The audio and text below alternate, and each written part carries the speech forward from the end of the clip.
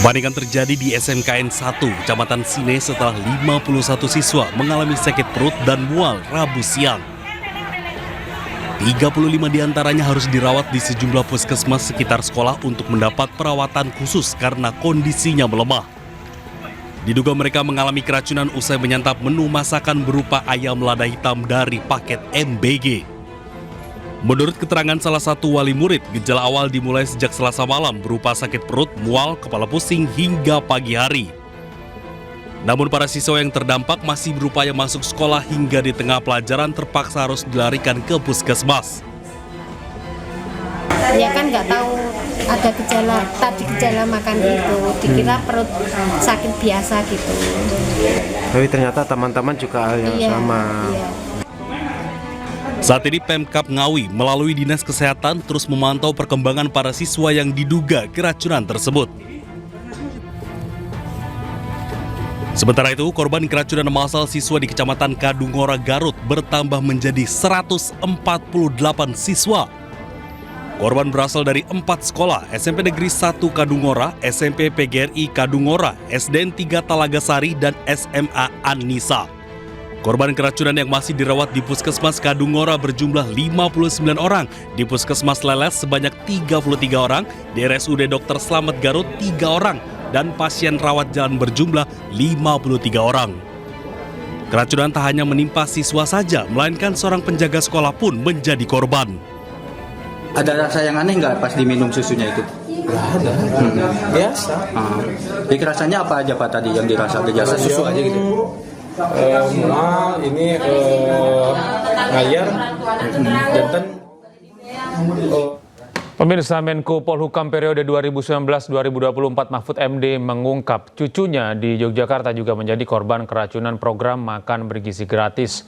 Mahfud menegaskan korban keracunan MBG bukan hanya persoalan angka, namun menyangkut nyawa dan juga kesehatan anak-anak. Cucu saya juga keracunan. Oh iya Pak? Iya, MBG di Jogja. Di Jogja?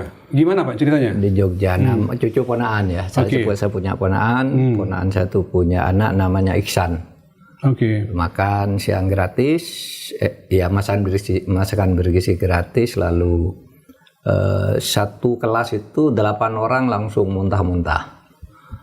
Nah yang 6 dan kakaknya gitu, kakak yang masih dirawat di rumah sakit itu habis muntah-muntah sehari disuruh pulang, bisa dirawat di rumah. Tapi yang ini sampai 4 hari di rumah sakit. Dan memang itu menjadi isu nasional juga ya, meskipun betul itu hanya 0,00017%. Kata Presiden. Iya, kata Presiden, dan kecil sekali kan memang.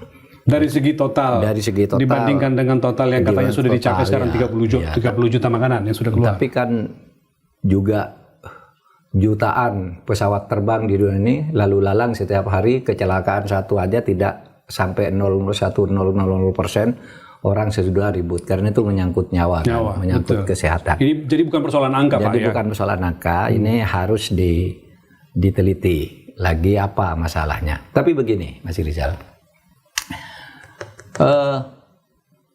program makan bergizi gratis ini adalah satu program yang paling bagus, mulia menurut saya. Bisa difahami kalau terjadi kesalahan-kesalahan sampai 0,0017.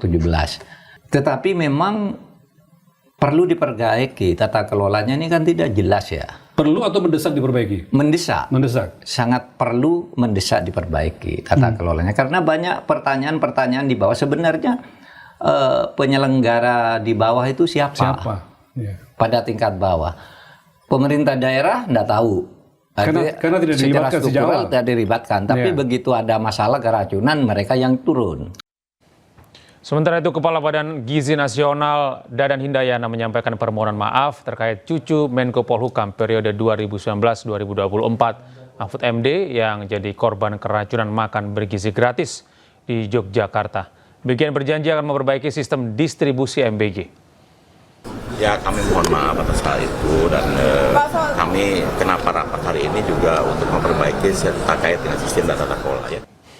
Pemirsa, Komisi 9 DPR menggelar rapat kerja dengan Kementerian Kesehatan dan Badan bergizi gratis di Kompleks Parlemen Senayan, Jakarta hari ini.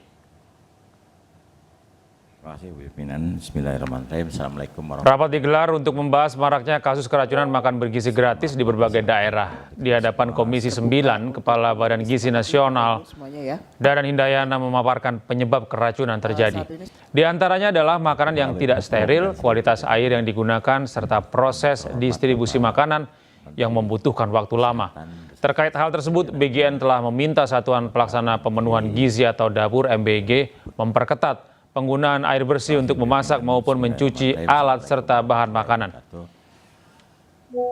Kemudian Pak Presiden memerintahkan agar di seluruh SPPG dibutuhkan alat sterilisasi alat makan.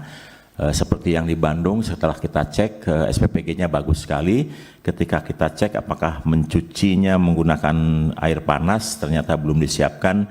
Dan beberapa SPPG sudah memiliki alat sterilisasi dengan pemanas gas yang bisa memanaskan 120 derajat dalam 1 menit sudah bisa sterilisasi terkait dengan alat makan. Kemudian kita juga menyarankan untuk lebih meningkatkan sanitasi, terutama untuk memasak kita sudah instruksikan agar mereka menggunakan air galon.